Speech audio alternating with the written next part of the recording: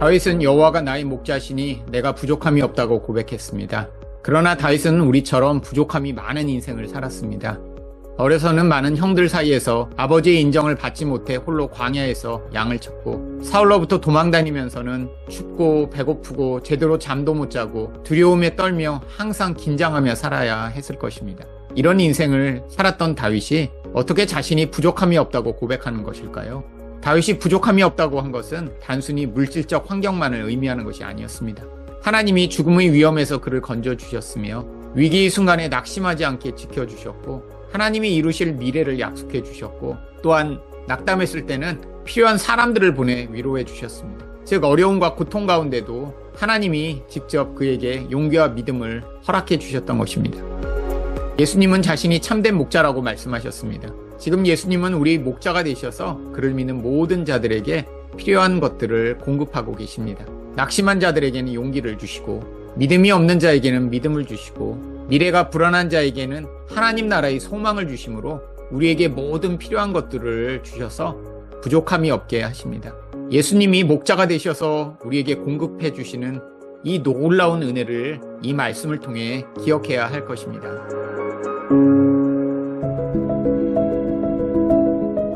며칠 전 아침 출근길에 5살쯤 돼 보이는 아이가 엄마의 손을 잡고 뛰는데요. 보아하니 아침에 지각을 한 것 같더라고요.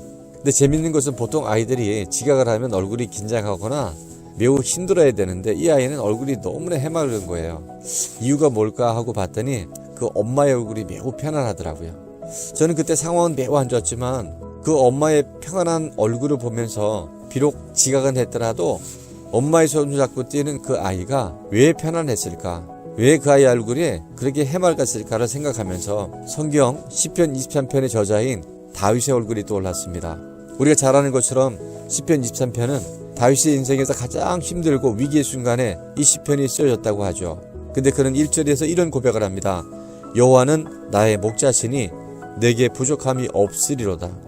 분명히 상황은 너무나 안 좋고 힘든 일임에도 불구하고 하나님과의 관계가 바로 세워지니까 하나님이 나의 목자가 되시고 나는 내 인생의 목자 되신 예수님이 책임지시고 인도해 주시는 양임이 분명해질 때 그의 인생은 환경에 관계없이 물질에 관계없이 또 사람에 관계없이 부족함이 없는 삶을 살아낼 수 있게 된 줄로 믿습니다. 오늘 이 하루가 비록 우리 삶에 어려움이 있고 실제적인 삶에 고난이 있다 할지라도 위기가 있다 할지라도 비록 지각을 했다 할지라도 그 편안한 엄마의 손을 잡고 함께 뛸 때에 이 아이 안에 평안이 있었던 것처럼 여호와 하나님과의 바른 관계가 세워지므로 환경을 초월해서 부족함이 없는 삶을 살아낼 수 있는 여러분이 될 수 있기를 주의 이름으로 축원합니다.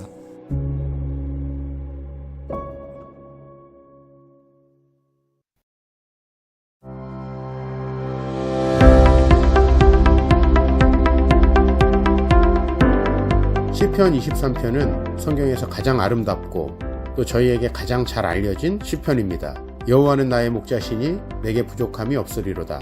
듣기만 해도 행복하고 아름다운 시편이죠. 성경은 신앙을 교리나 또 지식으로 설명하지 않습니다. 세상을 창조하고 지금도 다스리시는 전능하신 삼위일체 하나님과의 관계로 설명합니다. 이 성경 안에서 4가지의 하나님과 우리와의 관계를 비유로 설명하고 있는데요.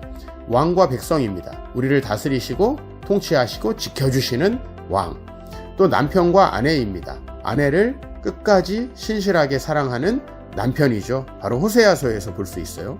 그리고 목자와 양입니다. 이스라엘에는 얼마나 양들이 많아요. 푸른 초장 풀밭으로 인도하시는 완벽한 목자, 그리고 아버지와 자녀입니다. 이 관계를 설명하는 것은 우리가 하나님을 어떻게 이해해야 하는 것을 보여주죠. 하나님은 완벽한 왕, 완벽한 목자, 완벽한 남편, 완벽한 아버지입니다. 이 세상을 바라보면 얼마나 불안하고 걱정, 두려움이 많은가요? 다윗도 마찬가지였습니다. 왕으로 부르심을 받았죠. 그는 어렸을 때 목동으로 많은 어려움을 경험했습니다. 그리고 골리앗과의 싸움도 있었고요. 때로는 배신도 당하고 힘든 일도 당했습니다. 그러나 다윗을 이기게 해준 것은 바로 여호와는 나의 목자라는 신앙이죠. 사실 상황이 힘들어서 인생이 힘든 것이 아닙니다. 아이들이 인생이 힘들죠. 그러나 그 아이들은 부모님 안에서 평안을 누립니다. 마찬가지로 이 세상은 어렵고 힘들지만 세상을 바라보지 않고 하나님을 바라본다면 나에게 부족함이 없다라는 그 마음 가지고 세상을 능히 이길 수 있으리라 믿습니다. 우리 모두가 걱정, 불안, 두려움 속에서 벗어나서 하나님을 신뢰하는 믿음의 승리를 하시기를 주의 이름으로 축원합니다.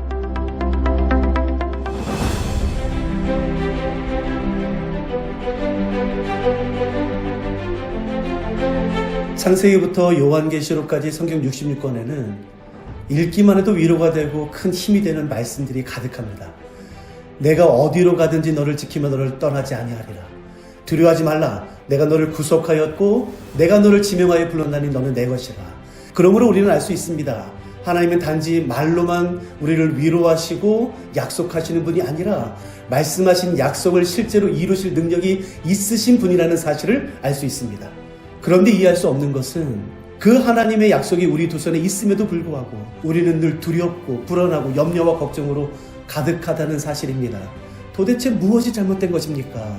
무엇이 문제입니까? 다윗은 시편 23편에서 이렇게 고백합니다. 내게 부족함이 없습니다. 나는 두렵지 않습니다. 내 잔이 넘칩니다. 나는 평안합니다. 시편 23편을 푸는 열쇠는 1절에 있습니다. 여호와는 나의 목자시니. 하나님이 나의 목자라는 사실이 믿어지면 게임 끝납니다. 내가 비록 사망의 음침한 골짜기에 있을지라도 하나님이 나의 목자가 되신다는 사실이 믿어지면 두렵지 않습니다. 염려하지 않습니다. 불안하지 않습니다. 그러나 하나님이 나의 목자라는 사실이 믿어지지 않으면 비록 내가 있는 곳이 푸른 풀밭이고 나를 해할 원수는 그 어디에도 없고 쉴만한 물가에 있다 할지라도 불안하고 두렵고 온갖 걱정과 염려로 가득하게 됩니다. 그러므로 중요한 것이 무엇인지 아시겠습니까? 믿음입니다. 여호와가 나의 목자라는 사실이 믿어지면 게임 끝납니다. 그러므로 중요한 것은 지금 내가 어디에 있느냐가 아닙니다. 내가 어떤 상황과 어떤 문제에 있느냐가 아닙니다. 여호와가 나의 목자라는 믿음이 내게 있느냐 없느냐입니다. 우리를 향한 하나님의 사랑과 은혜와 긍휼이 아무리 크고 풍성하다 할지라도 하나님께서 약속하신 모든 것을 이루실 능력이 하나님에게 있다 할지라도 하나님에 대한 믿음이 없으면 그 모든 약속과 축복은 나와 아무 상관이 없는 것이 됩니다. 그러므로 중요한 것은 믿음입니다. 비록 지금 내가 고난과 환난 가운데 있다 할지라도 나의 목자 되신 하나님으로 인해 평안과 기쁨과 안전함을 맛보고 경험하게 될 것입니다. 그러므로 이 믿음을 구하시기 바랍니다.